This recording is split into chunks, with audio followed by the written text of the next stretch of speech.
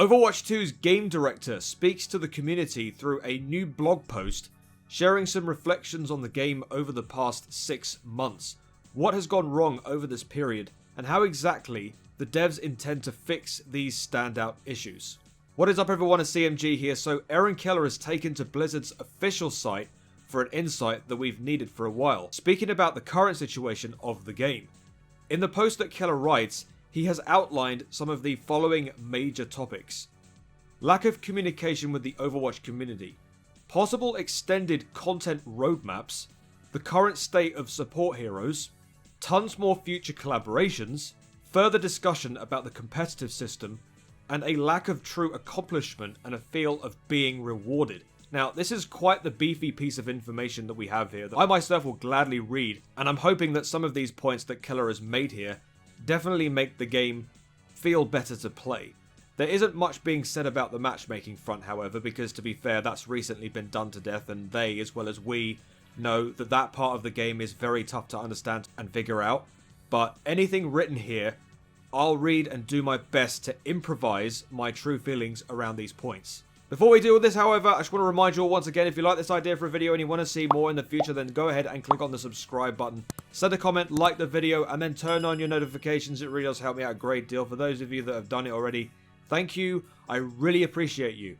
Right, so let's get a chance to see what Keller has had to say in this blog post. So he says, "Happy Friday, everyone.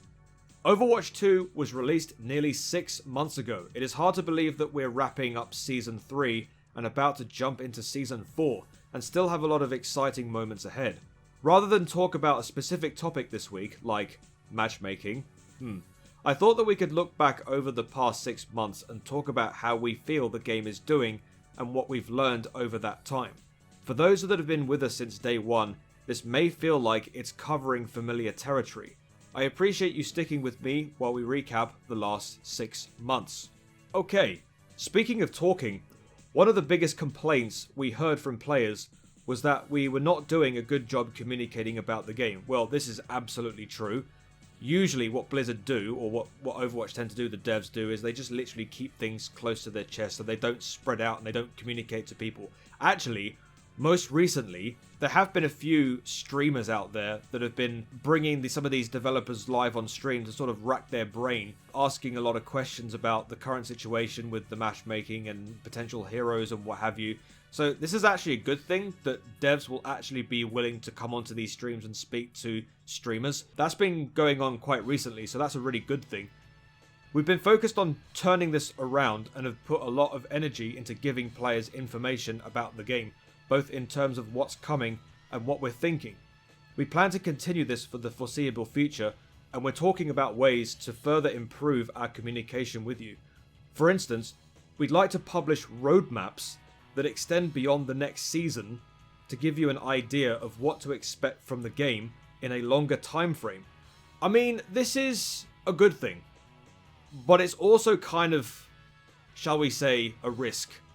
Now, I, for one, am all good with hearing about new content coming to the game, even further beyond the entire year. I mean, yeah, that's a bit ambitious, yes it is. But at the end of the day, like, I would like to see more stuff being announced and me getting excited again, because all I do is just basically come onto the game and just play, and I never hear any information about new stuff coming out until they announce it when a new season comes out. And it can get very, very tiring and very boring. But at the end of the day, like, do you want to hear about all of this content? Because by the time that content has come in that specific time frame, you kind of like already know that it's coming, and it's nothing fresh by the time it comes around. So, for example, if I read about a game and apparently I see that this new character is coming out in about 3 months' time, well, yeah, I'm going to be excited about that new character. But by the time that character comes out, it's like, well, we've kind of known this for about 3 months, so is it new?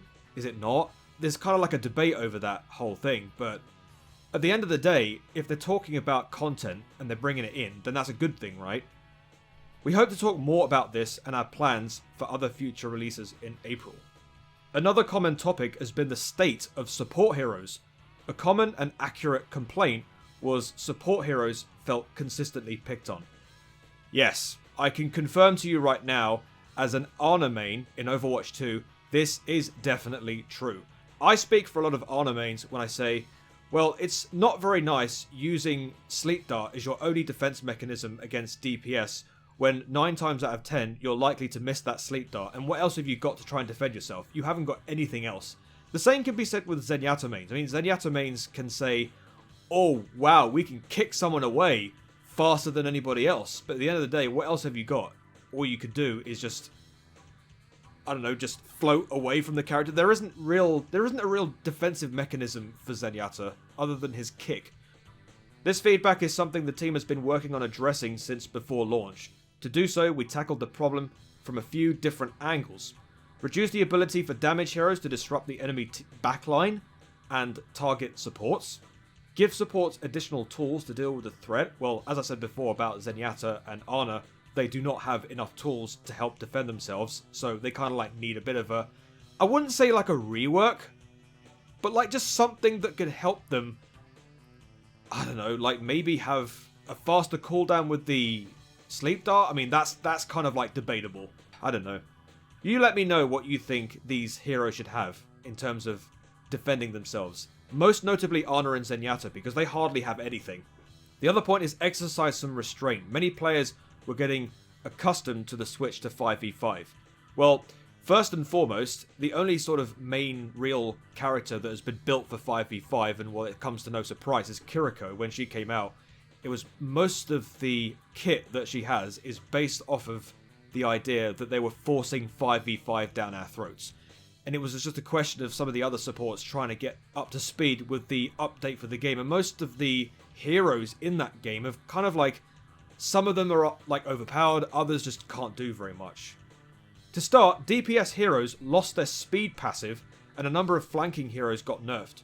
We also added survivability to support heroes, buffing their role passive, as well as making changes to specific heroes to increase their durability. There is one thing that they've changed, and I know this for certain, is I think supports will be healed over time when they're not being hit. So that's kind of like a, I don't know, like a passive for all supports. Changes like Zenyatta's kick, as I spoke earlier, and Brigida's shield buff are examples of this working well. While some, like Mercy's Guardian Angel changes, we believe we overcorrected, something you'll see addressed in Season 4. The way we went about these changes was to preserve the playstyle of support while still addressing the core issues. With what we've learned since launch, we feel like the support role is in a much better place now, and will continue to improve as we add 2 new heroes to their ranks in Seasons 4 and 6. So, in other words, we're going to get a new support hero in Season 4, there won't be a hero in Season 5, and then in Season 6, we will get another support hero. Cool. Next, let's talk collabs. We all loved and appreciated your reaction and excitement for our One Punch Man collaboration. To be honest with you, yeah, I'm quite happy with this One Punch Man collaboration. Well, to put it bluntly, the reason why they've enjoyed it so much is because it's made them money, because of all the people buying their skins.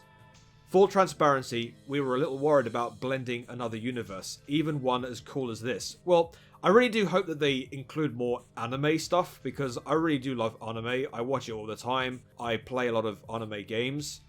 So I'm very much in the loop in terms of anime. I'm a big fan of it. So if they can continue bringing in some new anime collaborations, maybe even bring even non-anime collaborations, which would be quite interesting to see and look at. When we first announced the collab, we talked about our values with how we'd like to handle events like these, and players seem to agree with us. The popularity of the event has given us the confidence to do more collaborations, and we're hoping to premiere another large collab later this year. Well, that's really good positivity. I think, more collabs, which means more content, which means more interaction with the game. I mean, if there's a certain collaboration with a certain, I don't know, let's supposing Overwatch collaborates with Attack on Titan. I mean, what kind of skins would you think would come out of Attack on Titan? Maybe even One Piece. I wouldn't mind seeing a One Piece collaboration with Overwatch. That would be quite interesting. Now, let's talk about the competitive system. Now, I won't talk about this in all that much depth because I'm not a competitive player, but I guess it's part of Overwatch, so we'll read about it. Let me know if you're a competitive player and what you think about all of this information. Players have provided a lot of feedback on the rework system that launched with Overwatch 2. One of the biggest issues that players bring up is how their experience has been affected by a partial rating reset at the beginning of each competitive season. This, along with some matchmaking issues, well, that applies to unranked as well, not just competitive, has caused a lot of confusion in matches. Starting with Season 4, we'll be removing this reset, and players should have a much clearer picture of their rating season to season. Internally, we're still discussing whether a rating reset should be part of the competitive system. We believe that a reset could make sense in Overwatch 2, but it would have to take a different form. We're currently asking ourselves, what if a partial reset happened at a much greater time interval, perhaps yearly, and coincided with a greater set of changes to the game or to the rank system? Players have also asked us to provide more information to better understand what is happening as they rank, as well as to get a clearer picture of individual match performance. We've gradually been introducing features and have more in Season 4 addressing some of these asks. Starting with Season 4, players will now see their progress toward a new rating and their win-loss record during that period. We're also looking at giving some information about the overall team's skill range and balance of a particular match. At this point, we've decided to not display ratings for individual players by default. So, if you're a competitive player, what do you think about all this? Let me know in the comment section down below. The reason why I'm not speaking about this in great depth is because I don't really play competitive all that much. I only play unranked. But one thing I will say about unranked, however, is that some of the matches that I've played recently have been really, really one-sided, most of them. Well, I've been on the receiving end of an absolute huge array of stomps in the past. I mean, again, I've already made a video touching upon this, so I recommend you go and watch that. And yeah, that video has really aged like a fine wine, because right now the matchmaking in terms of that is still very, very potent. Last topic, and we feel like this is the most important one. We're highly focused on feedback from players who say that the game feels unrewarding and doesn't do a great job of recognizing their investment. Addressing this feedback touches almost every aspect of the game. We think that there are a few broad areas that these conversations cover. Players who want to feel rewarded for their time playing the game. They'd like to be able to earn items that they want without an unreasonable grind to get them. This is very true. I mean, usually when I sit down and I do a session on Overwatch 2, whether it be quick play, whether it be in the arcade, and I'm sure that you guys that play competitive have a reason to speak about this as well, because you guys don't really feel any sense of accomplishment other than the fact that you can just brag about going to Masters or Top 500 or Grandmaster or anything like that. There isn't a specific reward that you can get that indicates, wow, I managed to get here. I was able to get to the highest possible point during a competitive season. I deserve to be rewarded for something like this.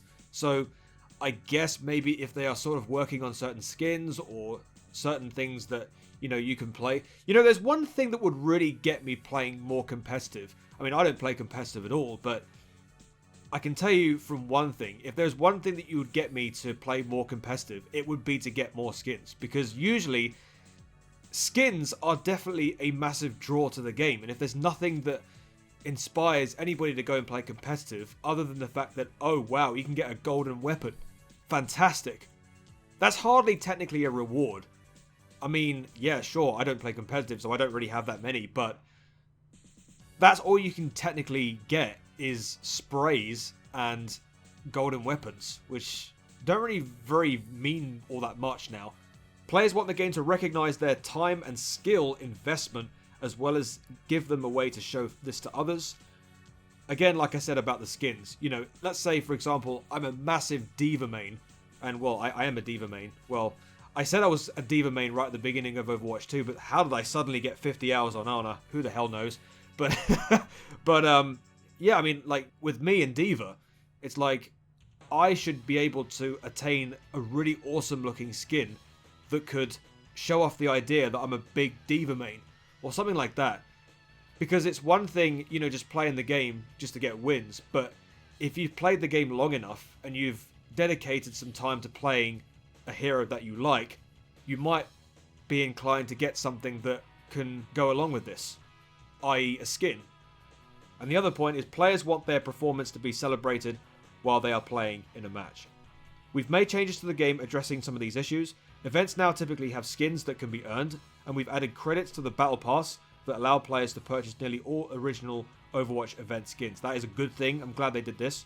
On top of that, we've substantially increased the amount of XP earned from each match.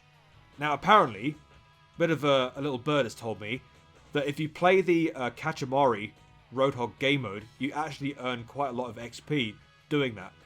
It gives you a big boost in the Battle Pass, so I highly advise you give that a try, and you'll get tons of XP. I did this, and I got a lot of XP doing it. We're working on rebuilding the on-fire system in the new engine, as well as making changes to play of the game to show a greater variety of game-making plays. We're also working on a much larger hero and player progression system that we're hopeful will launch later this year. This new system replaces the old player level system while expanding on it to offer a bunch of categories for players to level and show off your progress to others. We'll continue to work on this aspect of the game besides the moment-to-moment gameplay of Overwatch. This is the largest part of our game feeling good to play. The last 6 months have been really exciting. We've learned so much from our community and are looking forward to continuously improving the game. It probably goes without saying, but we're eager to share what's coming in Season 4 and beyond. There's so much more to come in 2023. Have a great weekend. See you in game. Well, thanks very much, Aaron Keller, for the insight. I really appreciate that. It gives us an idea of what the future holds for Overwatch 2. I'm really excited to see what happens. What collaborations are we going to get? What improvements are we going to get, both for the matchmaking system and for competitive? What kind of rewards are we going to get? What kind of content are we going to see further down the line? And what about PvE as well? I didn't mention anything about PvE. But I think what PvE is going to bring, I think it's going to come out in 2024. So that's a long way away yet. But I think that's a pretty good damn insight. And I expected this. And I was hoping for this. And we've got it. So thank you very much, Aaron Keller. So let me know what you think about this insight in the comment section down below. Let me know what you thought about all of this as well. Thank you very much for watching the video, guys. If you like this idea for content and you want to see more in the future, go ahead and click on the subscribe button, send a comment, like the video, and then turn on your notifications. It really does help me out a great deal. You can also check out all of my social medias, my Twitter account, my Discord, and of course, my TikTok. Thank you for stopping by, chaps. Have a great day, have a great life, be nice to your fellow gamers, because we are all human beings. I've been CMG as always, and until the next video, I shall see you later. Peace.